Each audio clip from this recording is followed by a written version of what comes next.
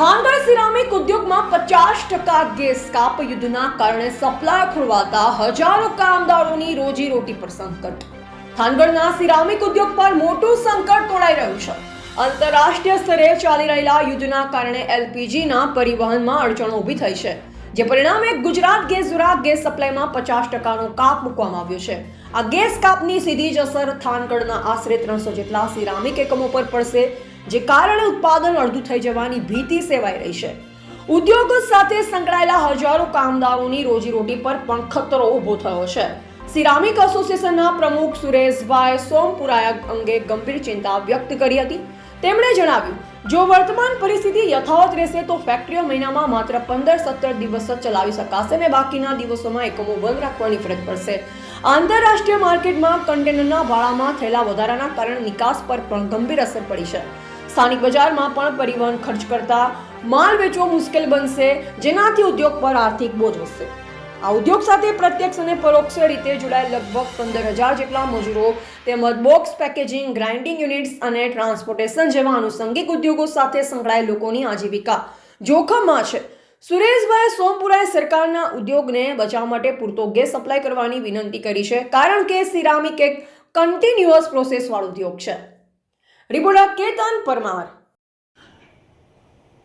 Israel, America, Iran સામે war થવાથી સમુદ્ર ધુની હોર્મુઝની સમુદ્ર ધુની ઉપર સ્ટીમરોની અવરજવર અડચણરૂપ થવાથી ત્યાંથી જે આપણે એલપીજી આવે છે એને સ્ટીમર આવવામાં મુશ્કેલી થવાથી ગુજરાત ગેસે અમને જે ગુજરાત ગેસ એલપીજી સપ્લાય કરે છે એમાં 50%નો કાપ મૂકેલો છે. એટલે 31 માર્ચ આ મહિનામાં 17.5 દિવસ ફેક્ટરી ચાલશે એવું એમનું કહેવાનું છે. આના લીધે થાનગઢના 301 સિરામિક ઇન્ડસ્ટ્રીને ખાસ અસર થવાની, ઉત્પાદન ઓછું થવાનું અને 17.5 દિવસ પછી ફેક્ટરી બંધ કરવી પડશે, કારણ કે ગેસ સપ્લાય જ નહીં થઈ શકે. અને એના લીધે 15,000 જેટલા મજૂરોને અસર થવાની. એને એન્સિલરી ઇન્ડસ્ટ્રી જે કહેવાય કે બોક્સ હોય કે ગ્રાઇન્ડિંગ યુનિટ હોય કે ટ્રક ભરવાવાળા કે કન્ટેનર ભરવાવાળા, પેકિંગ કરવા, આ મજૂરોને પણ અસર થવાની, એ વધારાના 15,000.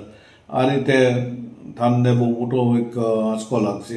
અહીંથી એક્સપોર્ટ કરતા યુનિટ જે છે એના કન્ટેનરના ભાડા એટલા બધા વધી જવાના છે અને વધી ગયા છે, તેથી બહાર માલ મોકલવામાં તકલીફ પડવાની છે અને અહીંથી કન્ટેનર જવાના બી બંધ થઈ ગયા છે.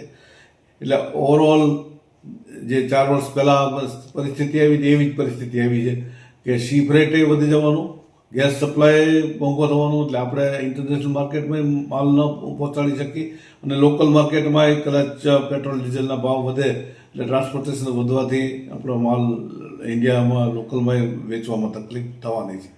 એટલે ખાસ તો ગવર્મેન્ટને મારી વિનંતી છે કે જેટલો બને એટલો ગેસ ઇન્ડસ્ટ્રીને સપ્લાય કરે, કારણ કે કન્ટિન્યુઅસ પ્રોસેસ છે. એટલે 15 દિવસ ફેક્ટરી બંધ રહે, 15 દિવસ ચાલુ રહે એ રીતે થઈ, પણ 24 કલાક કન્ટિન્યુઅસ ફેક્ટરી ચાલુ રહે છે એટલે ગેસ સપ્લાય પણ 24 કલાક કન્ટિન્યુઅસ હોવો જોઈએ.